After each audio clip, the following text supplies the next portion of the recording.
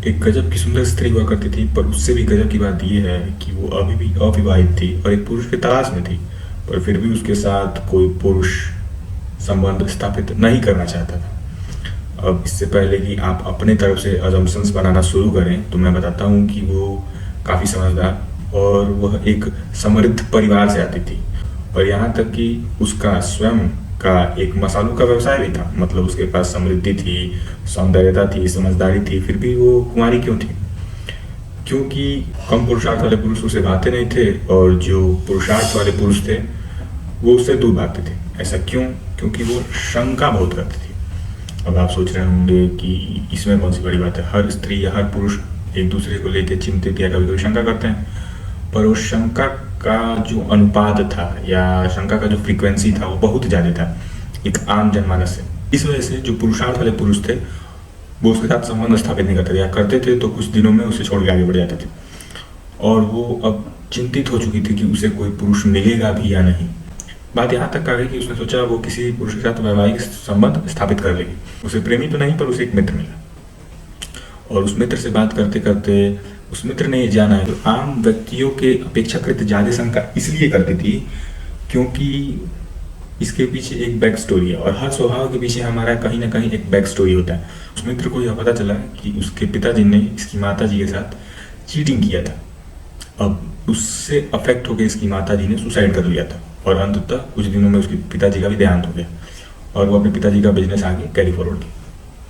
पर सोचने वाली बात यह है कि इस समय मैं जो 6 साल की थी, और 6 साल का बच्चा चीटिंग कैसे समझ सकता है? पर यहीं पे आते हैं फ्रॉइड बाबा, जो कहते हैं कि हो सकता है बहुत सारी चीज़ आप कॉन्शियसली रजिस्टर नहीं कर रहे हो, पर आपके अनकॉन्शियस में वो चीज़ें रजिस्टर हो जाती हैं। मतलब जो भी आपका स्वभाव है, स्वतः आने वाला भाव, वो किसी ना किसी क्रिया या किसी ना किसी एक्टिविटी, किसी ना किसी लाइकिंग डिसलाइकिंग से जुड़ा हुआ है। स्वभाव की इतनी ताकत है कि उस स्त्री की एक छोटी सी कमी के चलते वो अविवाहित रह रही थी। उसके बाद उस समस्या को उन्होंने मिलकर हल किया, और उसके बाद उसका विवाह भी हुआ। स्वभाव के बारे में एक इंटरेस्टिंग चीज़ ये भी है कि जो भी महान व्यक्तित्व थे, उनका स्वभाव, जो स्वतः आने वाला भाव था, वही एक महान व्यक्तित्व वाला था। वो पीआर द्वारा नहीं बनाए गए थे, वो एक्टिंग नहीं कर रहे थे उस स्वभाव का, वो स्वतः आता था उनके अंदर से भाव।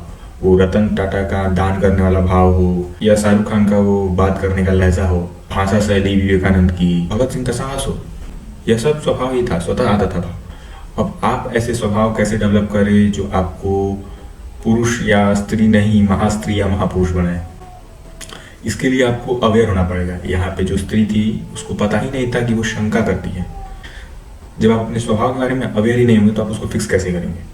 जैसे अवेयरनेस के डेली आप 15 मिनट में अपने लिए बैठते हैं और सोचते हैं कि मैं आज पूरे दिन भर में किस तरीके से अपने आप को प्रेजेंट कर रहा था, या अपने से बात करते हैं तो आप बात करते करते ही अपने स्वभाव को डिकोड कर सकते हैं। जैसे जैसे हो सकता है कि आप सुबह सुबह गोली से बात कर रहे थे और गोली ने कहा यार आज मैं खाना खा के नहीं आया, तो आप तुरंत उसको जज कर लिए कि हाँ पक्का ही लेट उठाओ।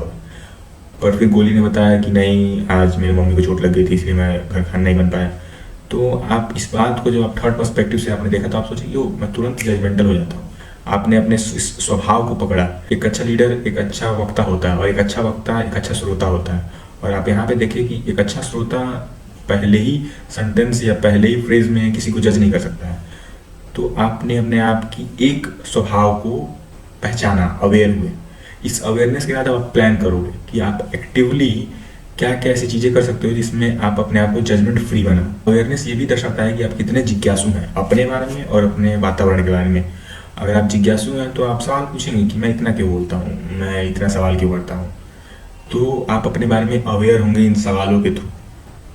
यहाँ पे क्यूरियोसिटी का रोल है। अगर आप क्यूरियोसिटी के बारे में जानना चाहते हैं तो आई बटन में लिंक आ रहा होगा, आप जाके देख सकते हैं। क्रिएटिवली प्लान करेंगे और वो स्पेसिफिक टास्क आप क्या करेंगे जिससे आप इस स्वभाव से मुक्ति पा सकते हैं। इसके बाद आता है एग्जीक्यूशन। एग्जीक्यूशन में करेज रोल प्ले करता है कि आप कितने साहसी होके जो स्पेसिफिक कदम आपने डिसाइड किए थे उसको कैसे आप एग्जीक्यूट कर रहे हैं। एग्जीक्यूशन के साथ साथ आपको ट्रैक भी करना है। जैसे कि ये इमली की बीज है, इससे मैं अपने वाटर कंजम्पशन को ट्रैक करता हूँ कि मैं कितने लीटर पानी पी रहा हूँ। तो इसी तरीके से आप कोई ट्रैकिंग मेथड अप्लाई कर सकते हैं, जिस ट्रैक को आप मंथली बेसिस पे भी देखना चाहेंगे। उसको आप उस तरीके से स्टोर करें। आप नोट्स में भी ट्रैक कर सकते हैं या किसी फिजिकल एलिमेंट के थ्रू भी ट्रैक कर सकते हैं, या आप किसी नोट मेकिंग वेबसाइट में भी ट्रैक कर सकते हैं।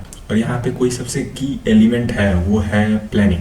अब आप सोच रहे होंगे ऐसा क्या हम अच्छा प्लान करें और एग्जीक्यूट ही ना करें, तो नहीं। अगर आप ढंग से प्लान करते हैं और आप मोटिवेशन में आके नहीं, आप स्पेसिफिक होके और प्रैक्टिकली होके प्लान करेंगे, तो आपका प्लान एग्जीक्यूट ईजीली हो जाएगा। जैसे सैंडविच मेथड अगर आप अप्लाई करें किसी हैबिट में, जैसे आप ब्रश और नहाने के बीच में अगर आप पुशअप मारें, तो वो कभी टूटेगा ही नहीं चेन। अगर ये एग्जिस्टिंग हैबिट्स के बीच में अगर आपको हैबिट लगाएं, तो वो हैबिट नहीं टूटेगी। अगर आप प्लान ढंग से करेंगे ना, एग्जीक्यूशन प्रॉब्लम्स कम आएंगी। इस तरीके से प्लान करें कि आपके दिमाग को सोचना ना पड़ेगी आपको क्या करना है।